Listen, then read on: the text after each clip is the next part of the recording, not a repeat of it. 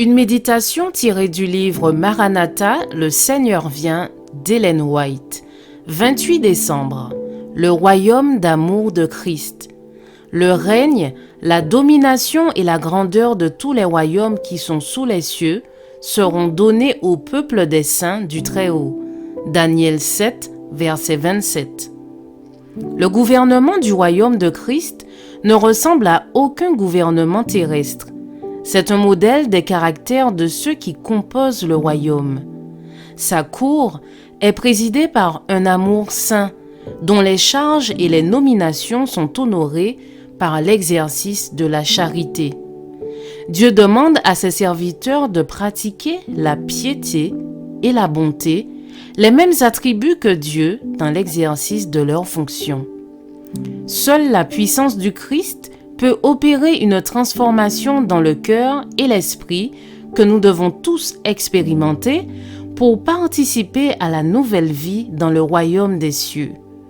Pour le servir avec droiture, il faut que nous soyons nés de l'Esprit divin. Nos cœurs seront alors purifiés, nos esprits renouvelés, et nous recevrons de nouvelles aptitudes pour connaître et aimer Dieu.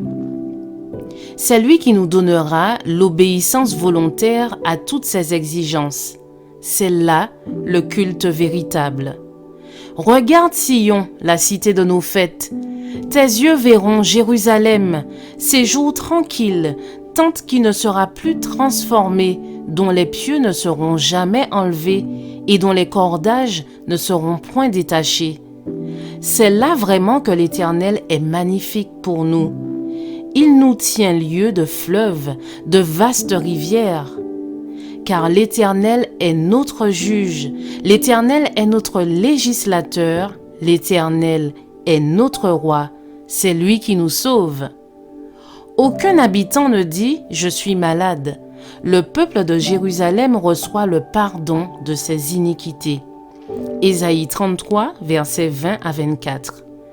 Réjouissez-vous plutôt et soyez toujours dans l'allégresse à cause de ce que je vais créer.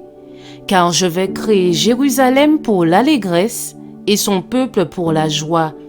On n'y entendra plus le bruit des pleurs et le bruit des cris. Ils bâtiront des maisons et les habiteront. Ils planteront des vignes et en mangeront le fruit. Ils ne bâtiront pas des maisons pour qu'un autre les habite.